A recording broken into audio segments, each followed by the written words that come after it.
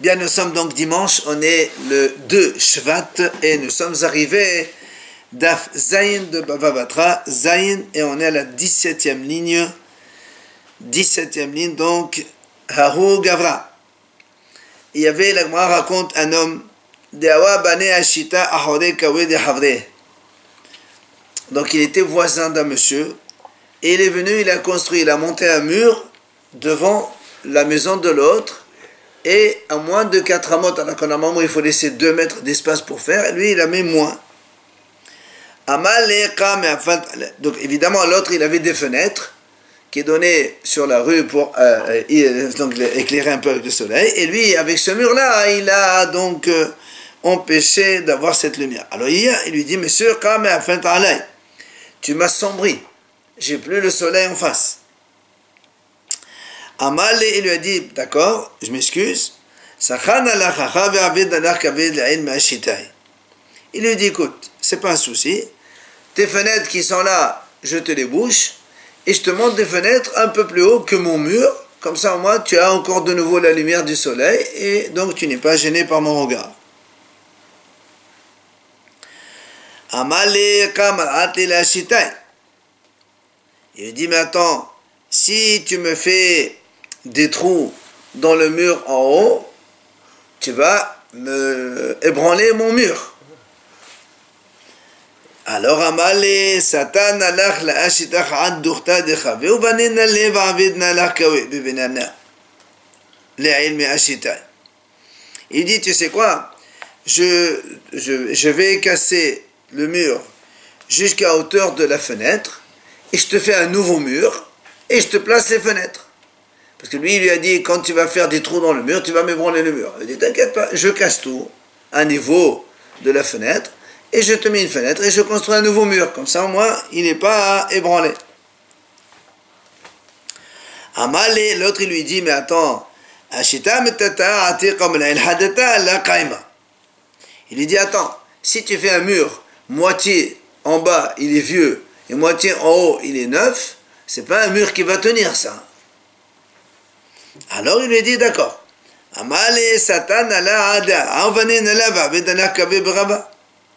Il dit, d'accord, tu sais quoi, je détruis tout le mur, je te fais un nouveau mur, et je te mets tes fenêtres à hauteur, comme ça moi, tu ne seras pas dérangé par mon mur.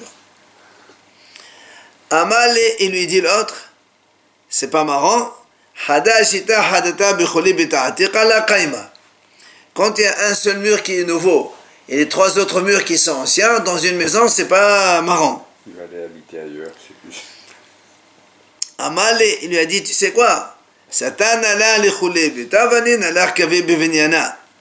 Il lui dit, je suis prêt à casser tous les 4 murs, et je te refais les 4 murs, et je te mets les fenêtres comme convenu. Amalé, letli durta li medadba. Il lui dit, mais si tu me casses les 4 murs, où je vais habiter pendant ce temps? J'ai pas un autre endroit pour habiter. Amal arrive dans l'art d'Urta.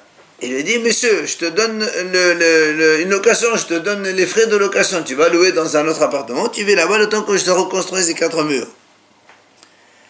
Amal la tarahna. Il dit, monsieur, je m'excuse, tu me déranges, je ne veux pas te déranger à aller ailleurs, déménager, revenir.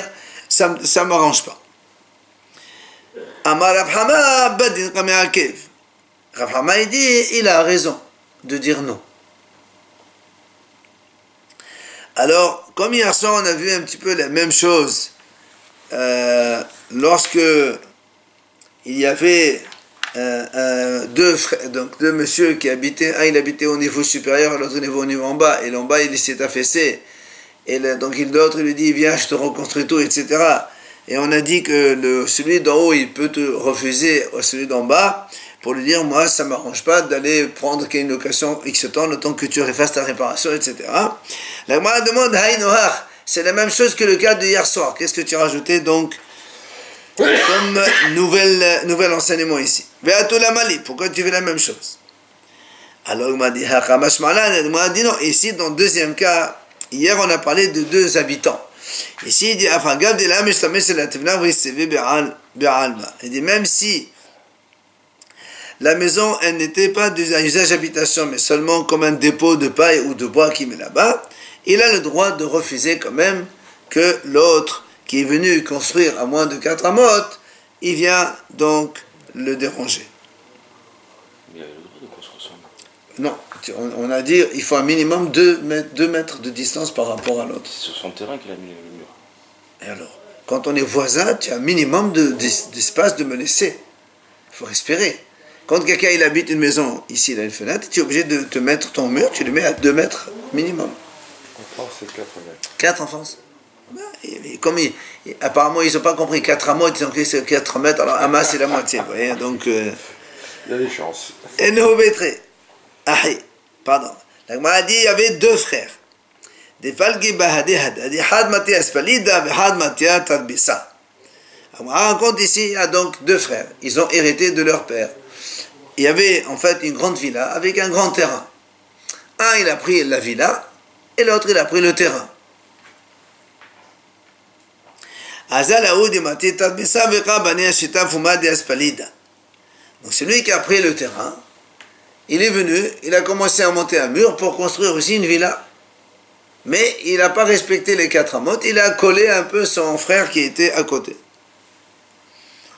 Alors, il dit, monsieur, tu es en train de m'assombrir là. Avant, j'avais la lumière du jardin qui venait et qui m'éclairait ma maison. Maintenant que tu me mets un mur ici en plein milieu, donc tu vas m'assombrir. Amalé, il lui répond l'autre, Bididi Kabanina. Il dit, monsieur, moi j'ai le droit de construire chez moi, je suis chez moi, je construis chez moi. Alors, la Gemara a dit, parce que normalement, comme ils viennent de hériter, de partager, c'est pour ça que l'autre il ne peut pas lui dire, ça fait des années que je suis là, donc tu es obligé de respecter. Il dit non, on vient de partager, donc chacun il prend ce qu'il veut maintenant. Quoi qu'il en soit, Abraham il a dit, il a raison. Que l'autre, il peut construire. Alors, Amal et Ravina le Ravashi, Ravina lui dit à Ravashi, Maïshina, quelle est la différence avec un autre cas que la Gemara va nous ramener maintenant? Mais à Détania, la Gemara dit, il y a une chaîne à Hin Shehan, Had min Natan Sideked, Had min Natan Sidé Lavan.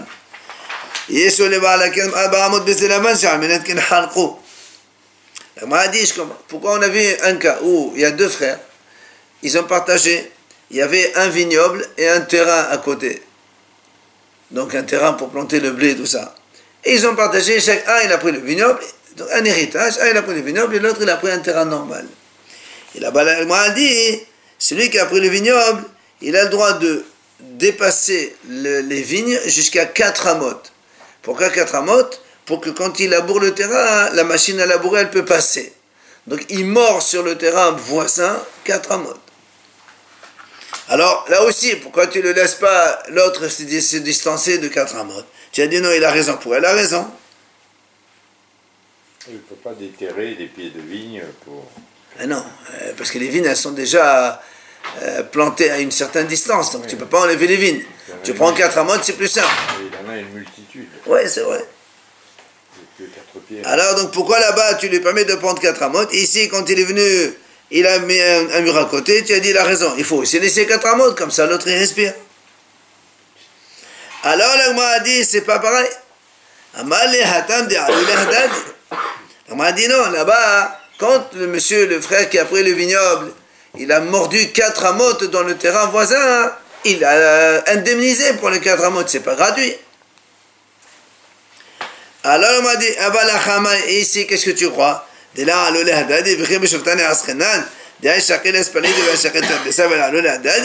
m'a dit, qu'est-ce que tu crois ici?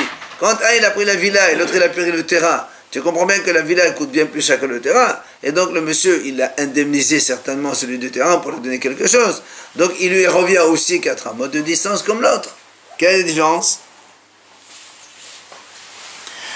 Amalé lui dit, mais c'est vrai, tu as raison, il a indemnisé des Melivne, Keshore, Behodre, des Meavera, là, il lui dit, d'accord, tu as raison, c'est vrai qu'il a indemnisé, c'est-à-dire, il lui a donné la différence pour que l'autre il puisse aussi acheter des briques, du ciment et des pierres, tout ça, pour reconstruire une villa. Mais l'air, l'espace, d'accord, l'espace de distance entre les deux, ça, on n'a pas indemnisé. Alors la Gemara a dit, Vélé Malé, et pourquoi le frère qui a pris la villa, il ne peut pas lui dire, mais Kala Aspali de Palatli, Ashta Mashvit Lidruna. Pourquoi l'autre il ne peut pas lui dire, au début j'ai pris une villa, maintenant avec ton mur, ça devient une maison sombre qui ne vaut rien du tout. Alors, Amar Rav Shimi Barashi, Shema Be'alma Palarle. On m'a dit, le Rav Shimi répond, il dit, parce qu'en vérité, ici, la villa, elle s'appelle toujours villa. Même si elle est sombre, c'est toujours une villa. Comme on a vu précédemment, il n'y a pas très longtemps, on a vu dans Baba Mtsia, Mi Latania, Ha-Omer, Betkor Afarani Mocher Lecha. Quelqu'un, par exemple, il dit à son voisin, à monsieur, je vais te vendre un terrain qui mesure Betkor. D'accord?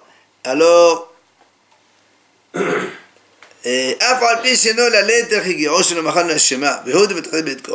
dit même si il mesure la moitié, eh bien, si à l'origine il s'appelait toujours Betkor, eh bien, l'affaire elle est conclue quand même.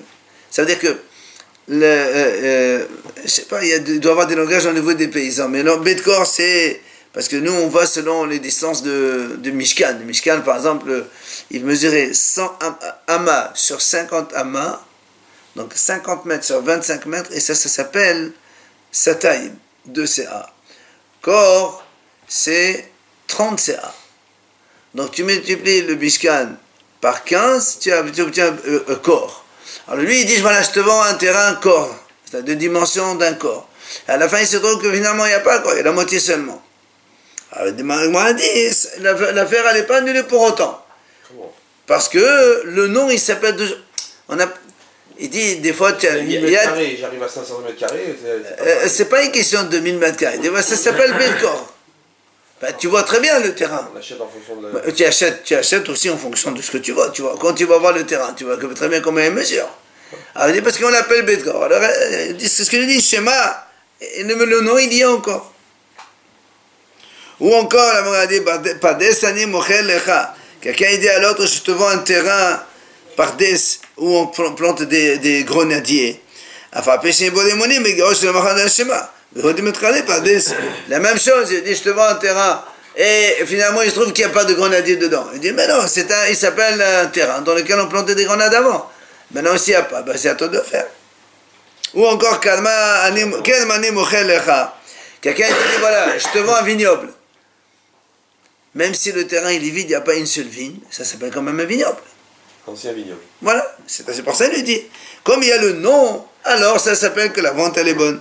Là aussi la villa, même si elle est un petit peu assombrée, ça s'appelle toujours une villa.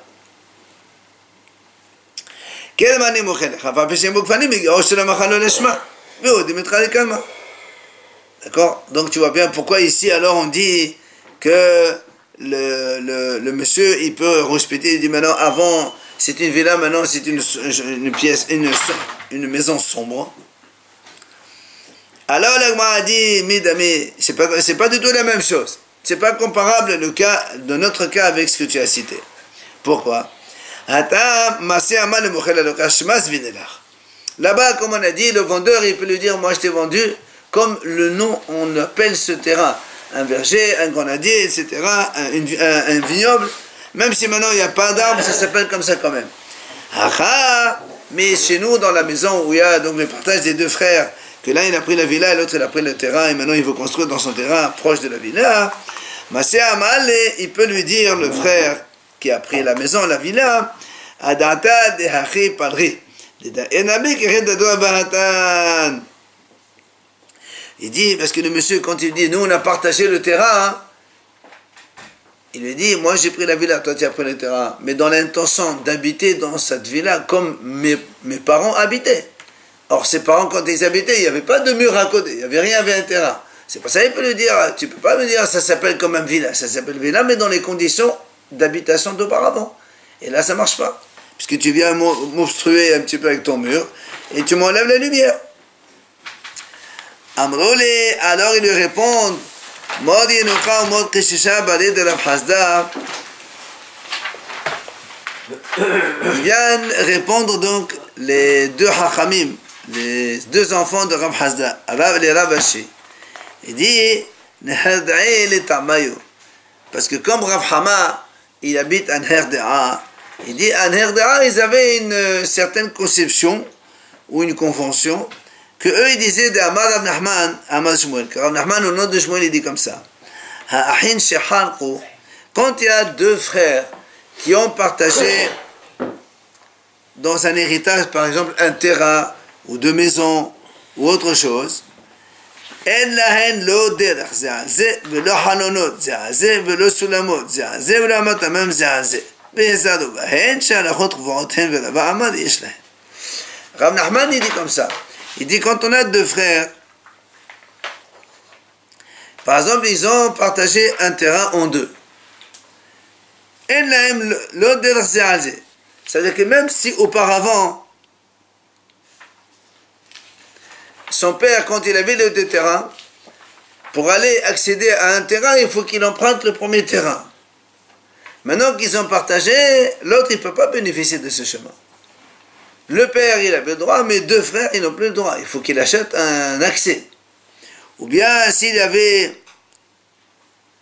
des fenêtres, un, il avait des fenêtres et l'autre, il met un mur, il dit, il n'y a aucun droit. Ce qu'il y avait avant par rapport à ce qu'il y a aujourd'hui, c'est totalement différent. C'est pour ça que Rav Hama ici, il a dit la même chose. L'autre, il peut venir, il dit, voilà, je construis dans chez moi.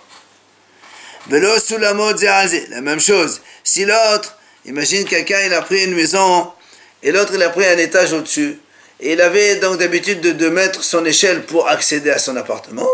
Maintenant qu'ils ont partagé les maisons, un, il a pris la maison, l'autre, il a pris l'étage, il n'a plus le droit de mettre son échelle. Il faut qu'il achète le droit d'accès à sa maison. Et Velo Amatamaï, même s'il y avait un cours d'eau qui est distribué donc dans un terrain, et maintenant il partage, et bien là où il y a le cours d'eau, il faut qu'il achète l'eau. Il ne peut pas dire, voilà, avant c'était comme ça, mais maintenant c'est la même chose. Avant ça appartenait à un, maintenant ça appartient à deux, c'est pas du tout la même chose. Et la Gemara dit, et faites attention à ces lois, parce que chez halachot kvorot hin, ce sont des halachot qui sont fixes, et donc, tu n'as pas discuté, c'est comme ça. Alors quand on est devant des cas pareils, voilà comment il faut faire. Entre deux frères, ça peut se passer comme ça. Oui. Oui, absolument. Ça, on te parle de droit. On ne te parle pas de hesed. Pourquoi ça ne se ferait pas au moment même du partage, ce raisonnement? Justement, mais le raisonnement se fait, ça veut dire que même si on a partagé, on n'a rien dit, un il peut dire à l'autre, tu sais, ça tu n'as pas le droit. J'ai le droit, c'est mon droit de empêcher l'accès par l'échelle, par le chemin. Partager, on pose le problème. Ça, quand tout se fait dans l'ordre, on ne discute pas. On discute toujours quand il y a un problème. Qu'est-ce qu'on fait dans ce cas-là? Ça, c'est Rav Nachman au nom de Shmuel. Par contre, la Gemara a dit Verava Amar Yesh Lahen. Rava dit non, on n'écoute pas ça. On n'écoute pas ça. Quand il y avait à l'origine soit une échelle pour accéder, soit il y avait un accès, un chemin pour accéder, etc. Eh bien, on garde la même chose qu'avant. La Gemara nous ramène encore un autre cas. Haouch tarad yatme. Il y avait des orphelins. Ils avaient un shtar, c'est-à-dire leur père avait prêté de l'argent à quelqu'un.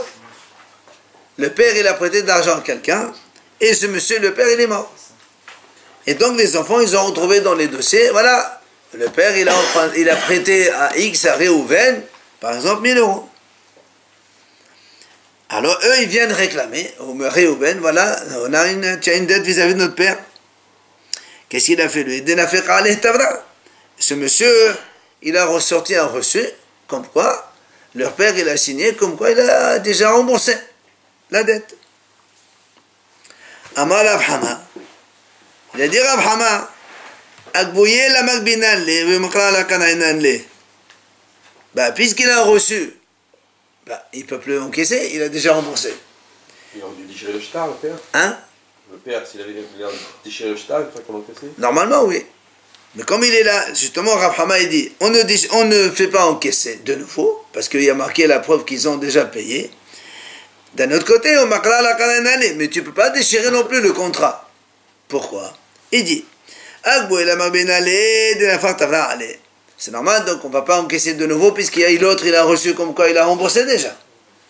Maintenant, makra la kalanale, pourquoi tu ne déchires pas le contrat s'il a déjà remboursé? Déchire-le. Il dit non. Il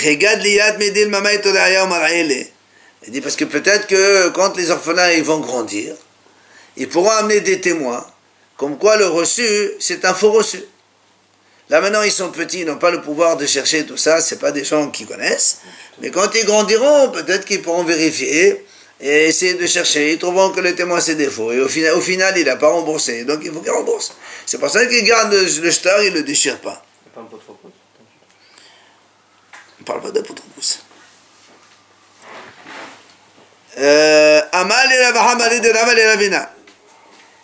Alors, il vient Ravaha, fils de Rava, il dit à Ravina, alors c'est quoi la halakha dans tout ce qu'on a vu donc hier soir ou ce matin?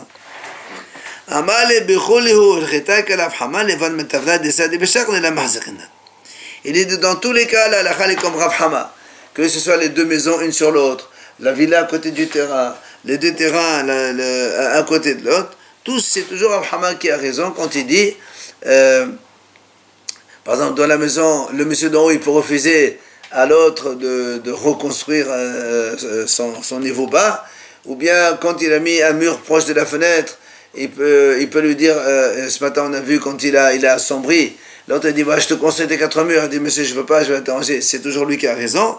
Toujours Rav Hama il a raison, sauf dans ce cas-là, le cas du shtar, où Rav Hama il a dit on ne déchire pas parce que peut-être qu'ils vont apporter comme quoi des faux témoins. Et dit monsieur, on ne fait pas de présomption ou de comme quoi on dirait que peut-être que les témoins ils sont faux. Il dit ça se dit pas ce genre de choses. Donc ça c'est pas bon. Et Morzutra balé de la Marie Amad Behanamir Chetek Rav Hama. Et Morzutra il a dit non, même dans ça la halakha comme Rav Hama. C'est-à-dire on garde le shtar, peut-être que les témoins vont être faussés. Pourquoi? Parce qu'il dit des mythes d'Avda Me'al Yahou, et bien il est là pour que Bahayavon, après je m'amène Zéif. Il dit parce que si vraiment il a payé vraiment, pourquoi il n'a pas donné ce shtar, le reçu à leur père? Comme ça le père il déchire le shtar. Et la main certainement aussi il n'a pas donné ce reçu. C'est que il a certainement fait un faux truc, et comme pendant le vivant du père, il ne pouvait pas l'amener, parce que le père il peut lui dire mais tu ne m'as jamais remboursé monsieur, alors maintenant il le sort devant les orphelins. C'est pour ça qu'il dit même dans ce cas-là, Rav Hama il a raison, et on ne déchire pas le shtar, on attend que les orphelins grandissent, peut-être qu'ils auront le pouvoir de... Hein? Pourquoi il donnerait le reçu au père?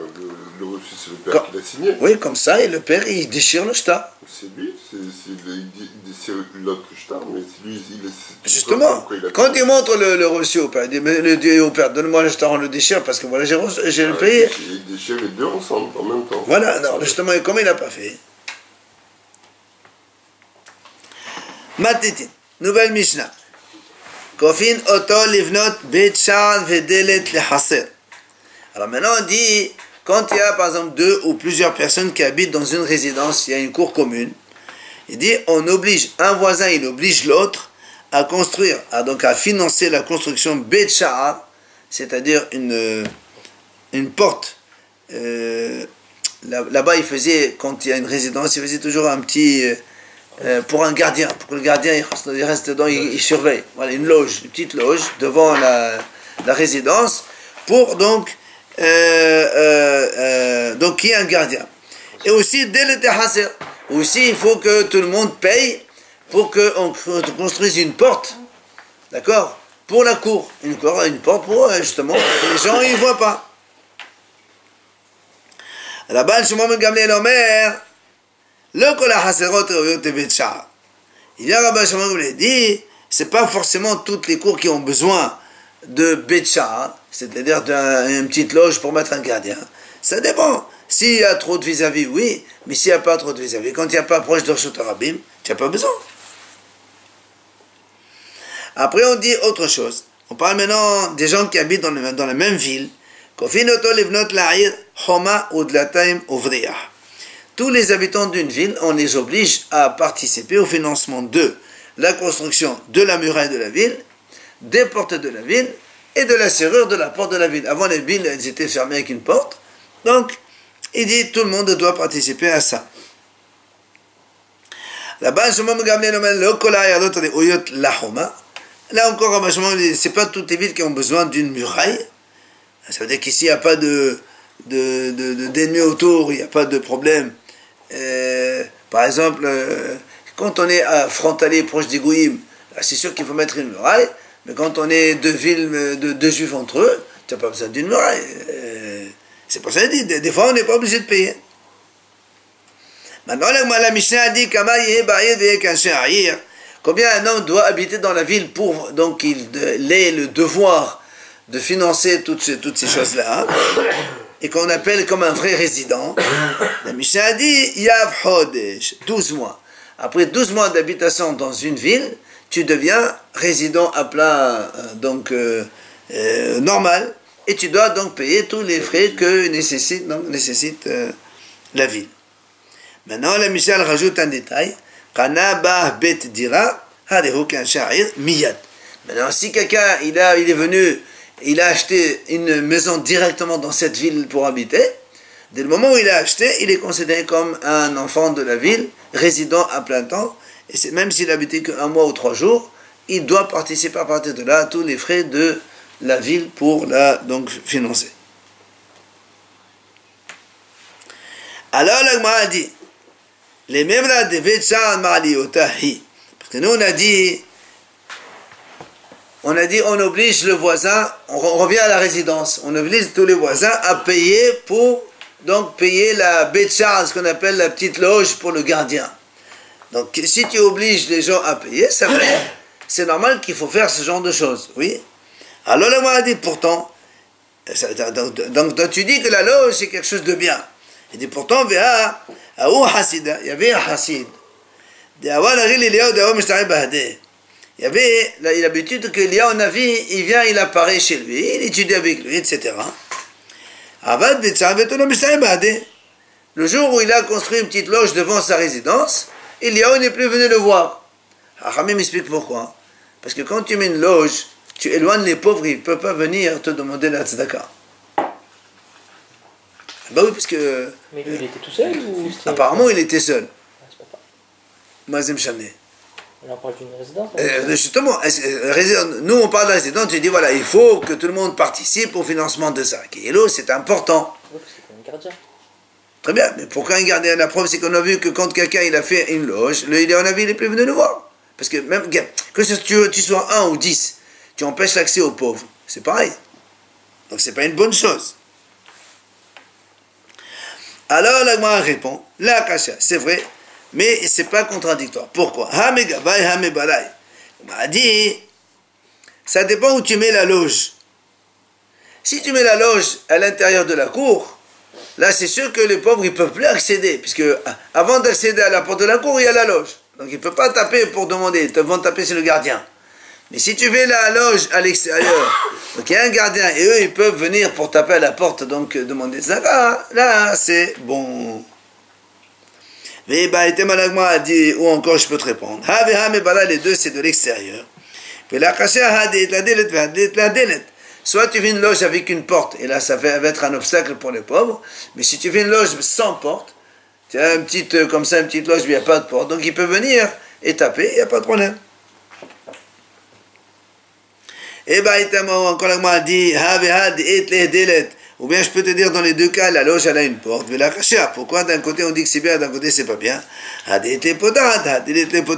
Soit il y a une clé, soit il n'y a pas de clé. S'il y a une clé pour ouvrir, c'est sûr que le pauvre il peut pas, il n'y a pas les clés, donc ça empêche l'accès. Mais s'il n'y a pas de clé, il y a une porte, mais tu peux ouvrir, entrer et demander la tzedaka, il n'y a pas de problème. Ou enfin, la Gemara dit, dans les deux cas il y a une clé,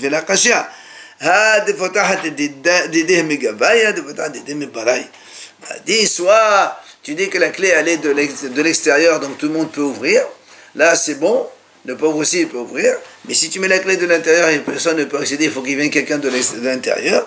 Là, évidemment, c'est pas bon. Après, on a dit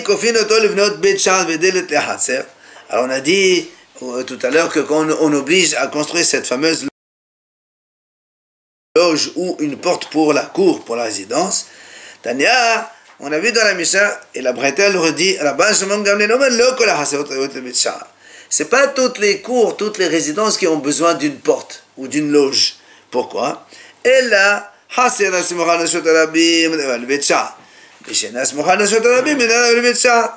Ici, la résidence, elle donne sur la rue, il y a beaucoup de passages. Évidemment, là, on a besoin d'un gardien à une loge pour empêcher donc un peu que tout le monde puisse rentrer dans cette résidence. Mais si tu n'es pas dans un lieu qui donne lieu, donc un endroit où il y a beaucoup de passants, ben, tu n'as pas besoin de betcha, d'une loge, ben, c'est pas nécessaire. Alors là, m'a dit, Rabban Shimon Gamliel, il a raison finalement dans la logique, c'est comme ça. Alors pourquoi avec la banane, pourquoi les Hachamim, eux, ils ont dit tout le temps il faut une loge? Parce que eux, ils pensent Hachamim, Zimlin, Dedach, Ibnan, Sotabim, Ve'aïl, Ve'atou. Même si tu es dans un endroit où il n'y a pas beaucoup de passages, il pourrait arriver qu'une fois qu'il y a beaucoup de monde qui passe par là, et donc ils vont vouloir regarder un peu ce qui se passe, et donc là aussi, on a besoin de mettre une porte.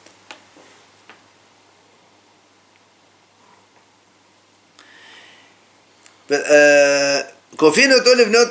on a dit que quand on fait une ville, on oblige tout le monde à participer pour la construction de la muraille, de la porte de la ville, de la serrure de la ville. Et là aussi, Rabban Shimon Gamliel אומר, לא כל היתרות לחומה, אלא העיר הסמוכה לספד או לחומה, ושל הסמוכה לספד אינה עליה לחומה. Donc on a dit, Rabban Shimon Gamliel aussi, il dit comme ça, si on est dans une ville qui est frontalière avec une ville goy, alors on a besoin de se protéger, donc c'est normal qu'on oblige tout le monde à participer pour faire la muraille, ou la porte ou la serrure, mais quand on n'est pas proche d'une donc frontière goy, alors dans ces cas-là, tu n'as pas besoin donc de faire une muraille, ça ne sert à rien. Alors, on m'a dit, voilà, banane. Et les Hachamim, alors, pourquoi ils n'ont pas fait cette différence? Et tu dis, c'est venu des Makrovet et Gaïsa. Hachamim, ils disent, parce que même si on est de villes voisines et qu'il y a des juifs des deux côtés, il se peut que des fois, il y a une armée qui vient, on est attaqué par des goyim, alors on est obligé de le protéger. Alors, il faut construire la muraille, même si on est voisin avec une ville juive. Ba'a minne Rabbi Elazar et Rabbi Yochanan. Maintenant la bonne question. Rabbi Elazar il dit à Rabbi Yochanan, quand on fait, tu as dit par exemple ici, on va faire participer les gens à construire la muraille de la ville, par exemple. Il lui dit, Kshehin Govin, les filles fachot Govin, comment tu encaisses? Quelle est la part? Est-ce que c'est en fonction du nombre de gens dans une maison? Ou bien c'est en fonction de la finance de la personne? Par exemple, tu dis voilà, chaque personne doit payer tant, ou bien voilà, c'est en fonction du revenu, pour chaque revenu, tant et tant. D'accord? C'est la question classique. Amal, il lui a répondu, les filles Mammon Govin. Pas du tout. En fonction de la finance. Ah oui, si quelqu'un il est pauvre, tu ne vas pas lui dire tu payes la même chose qu'un riche. C'est en fonction des finances des gens. Des revenus. En fonction des revenus, on fait payer, on fait la répartition. Et il lui a dit, Rabbi Hanan, il répond à Rabbi Elazar, il lui a dit, Elazar béni, mon fils Elazar, kevar ba masmerot. C'est-à-dire, tu dois vraiment fixer cette loi comme ça, et que personne ne respecte. C'est comme ça qu'il faut faire. Hein? Hein? De jour en jour, c'est pas pareil, c'est chacun, tu vois, le nombre d'habitants. Mais pour le coup, c'est combien d'habitants, tu crois, non? Ah non, ça dépend. Ici, ils font les deux. Ici, ils font les habitants, mais aussi le revenu, bien sûr. Bien sûr. C'est récent, mais ils le font maintenant. Oui, c'est évident. Alors, l'Agma a dit, Ekad et Amri, il y a une autre version. Il y a une autre version, la question elle a été posée autrement. Ba'a mené Rabbi Elazar et Rabbi Yochanan. Rabbi Elazar, il a posé la question, il a dit, il lui a dit, quand on fait participer les gens à la construction de la muraille, etc., est-ce que c'est en fonction de la proximité des habitants par rapport à la muraille? Plus ils sont proches plus il doit payer cher. C'est normal puisqu'ils sont les premiers. Ou bien en fonction là aussi de l'argent, des revenus des gens. Et là il lui répond, il lui dit Amal le fekelo batim hen govin velaza benekva ma mesmerot. Il lui a dit c'est en fonction de la proximité des maisons. Tout à l'heure il a dit c'est en fonction des revenus par rapport au nombre de personnes. Maintenant il dit non, plus on est proche de la muraille, plus cela il doit payer plus cher. C'est normal puisque Bon, Ils sont plus proches aussi, hein. hein C'est deux paramètres différents. absolument. En fait, hein Ils sont plus proches aussi. donc il paye plus. Oui, mais ils sont plus proches, ils sont les premiers à être attaqués. Donc c'est pour ça qu'il paye plus. Pourquoi? Mais c'est toi qui. Quand on va t'attaquer à toi le premier. Moi je suis derrière. Voilà. Et Donc donc, ils payent plus cher. Ça doit être le dernier qui te paye de payer. Ah, pas du tout, au contraire. Moi, ils risquent pas de m'attendre parce que dès qu'ils t'attaquent, qu'ils te prennent des choses, ils sont bons, ils vont pas attaquer toute la ville. Donc voilà. Donc, Donc- pourquoi le premier paye plus cher? Ben, c'est toi qui es la première victime. C'est pas vulnérable. Ben, Mais le proche pauvre, alors qu'est-ce qu'il fait lui? Ils font certainement les deux. Rabbi, alors la Gemara vient nous raconte Rabbi Yehuda Nesia. Rabbi Yehuda Nesia, Ramad de Shura ad Rabbanan. Rabbi Yehuda Nesia, il a dit, il voulait faire donc construire la muraille de la ville, et il a donné donc chacun combien il doit payer. Il a fait payer aussi les Hachamim, ceux qui étudient la Torah. Amal et Rish Lakish, il vient Rish Lakish, il lui dit, monsieur, la banane là, c'est rien n'était l'outa. Hachamim n'ont pas besoin d'être gardés. C'est-à-dire la Torah, elle les garde. Donc ils n'ont pas besoin de participer à la construction de la muraille. Dirtiv, comme le passage qui dit, Esperem mehol irbun. Je les compte, ils sont plus nombreux que le sable de la mer. Alors le Gemara dit, qu'est-ce que ça veut dire ça? Esperem les man, qui je compte? Et les malasadikim del fish mehala.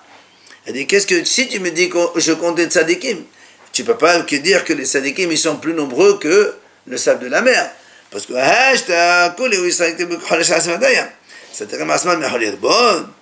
et si déjà tous les bénis Israël, la Torah a dit, Hachem, quand il nous a bénis, on sera nombreux comme le sable de la mer. Alors comment tu dis, maintenant, les tzadikim, ils seront plus nombreux que le sable de la mer? Comment c'est possible ça, hein? Voilà comment il faut comprendre le passage. Espérez, je compte, pas les tzadikim, les marasehem chez tzadikim. C'est les actions, les bonnes actions des tzadikim, quand on veut les compter, alors là, mehol irbun, bien sûr, ils vont être beaucoup plus nombreux que le sable de la mer. Les tzadikim, ils font beaucoup de Torah et de mitzvot, et donc, ils ont beaucoup de mérite. Alors, il dit, maintenant, Uma hol shmuat, miren alayam. Ici déjà le sable de la mer qui n'est pas très très nombreux par rapport à la mer. Pourtant le sable il arrête la mer. Alors il faut assurer les actions des tzadikim qui sont très nombreuses. C'est normal que eux ils vont donc les actions des tzadikim ça va les protéger. Donc eux ils n'ont pas besoin de participer aux frais de construction de cette muraille de la ville parce que eux ils sont déjà protégés par leur Torah. Ça c'est ce qu'il a dit Rish Lakish. Qui a le kameh de Rabbi Yohanan, quand il est venu Rish Lakish chez Rabbi Yohanan, il lui a dit, voilà, il lui a raconté ce qui s'est passé.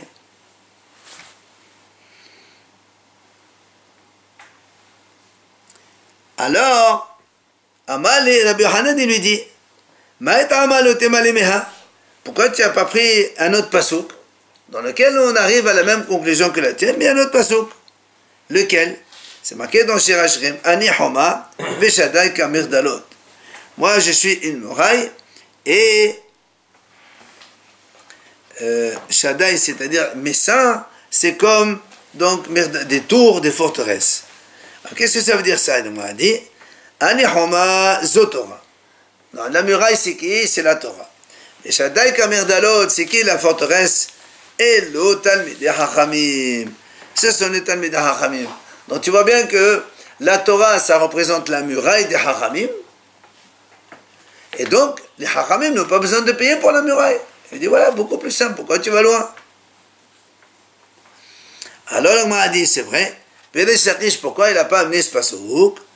Ça va là, parce que lui, il pense, Rish Lakish, qu'il est de Darash Rava. Parce que lui, il pense que ce pasouk-là, on l'explique comme il a expliqué Rava d'une autre façon. Qu'est-ce qu'il a dit Rava? Ani Homa zo Knesset Israël. V'shadai kamedalot elo bate Knessiot vate midrashot. Il dit, Ani Homa, moi je suis une muraille, c'est qui en fait?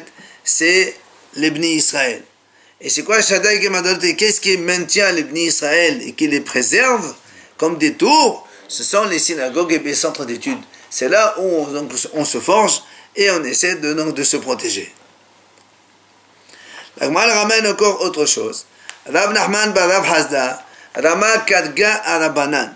Rav Nachman bar Rav Hasda, il a imposé aussi les Hachamim pour qu'ils payent la taxe de chacun. Amal et Rav Nachman bar Ishaq. Il vient Rav Nachman bar Ishaq et il dit à Rav Nachman bar Rav Hasda, Avarta ad oraita ve'ad nevi'e ve'ad irtove. Tu as transgressé la Torah, les Nevi'im et les Ketuvim. Trois choses. Pourquoi? Il explique. Il dit, ad oraita, tu as transgressé ce que a dit la Torah. C'est-à-dire, en faisant imposer les Hachamim, tu as transgressé la Torah. Pourquoi? C'est marqué dans la Torah d'Irtiv. Af hovev amim, kol kedusha beyadecha. Lorsque Moshe Rabbeinu a béni les Shvatim, il a dit, Af hovev amim, toi tu chéris les peuples, kol kedusha beyadecha, tous ces saints, ils sont dans tes mains. Et la Gemara explique qu'est-ce que ça veut dire.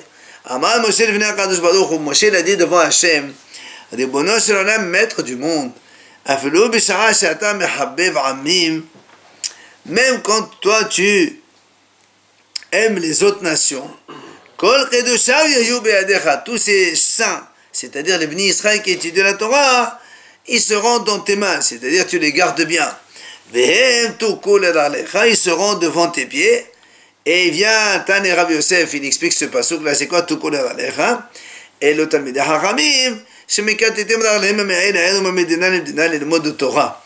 Ce sont les Hachamim qui, donc ils marchent, ils fatiguent leurs pieds pour aller marcher de ville en ville et de province à province, pour aller étudier la Torah. Yisam daberotecha, l'isab letem bedeborotav shel makom, justement, c'est pour discuter des paroles d'Hashem Barach. Donc, tu vois bien que tous ceux qui étudient la Torah, ils sont gardés par Hachem. Et donc, tu n'as pas besoin de leur mettre donc une taxe à chacun. Ça, c'est la Torah. Adin Ve'e, maintenant il a dit, tu as aussi transgressé ce qui est marqué dans les Nevi'im, dans les prophètes. Dirtiv, c'est marqué dans les prophètes. Gam ki itnu bagoyim, ata aqabesim ve'hallu me'at, memasa melech ve'sarim. Il dit, le passage qui dit comme ça, même si Yitnu Bagouyim, on va voir ce que c'est ce mot Yitnu, eh bien, maintenant je les rassemble et on va les annuler de la position du roi et des ministres. Alors c'est là où Ola, Amar Ola, Pasuk Zeb, la Shon Aramit Neymar. Ola dit, ce Pasuk en fait, il a été mis en araméen.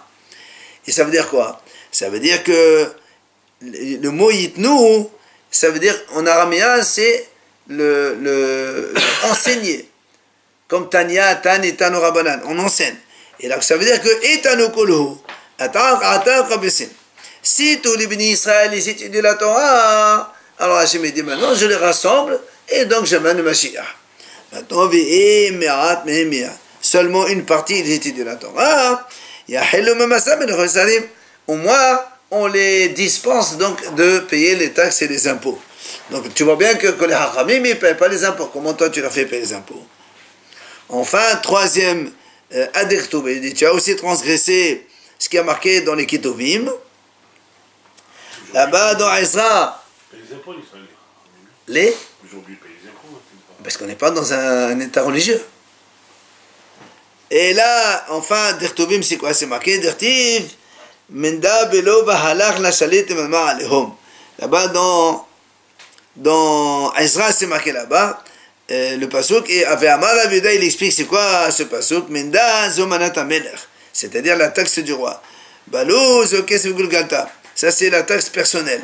Alors c'est Arnouna, et ça c'est la taxe Arnouna, c'est les impôts, et tout ça, la Shalit le Mama Alehom, le pasuk il dit, on ne met pas tout ça sur les armées Israël. Donc tu vois bien que par trois endroits, il lui a prouvé que le fait d'avoir imposé les sages, c'est pas une chose, une bonne chose. Il n'avait pas raison de le faire. Voilà donc comment ça se termine. C'est ça qu'on voit.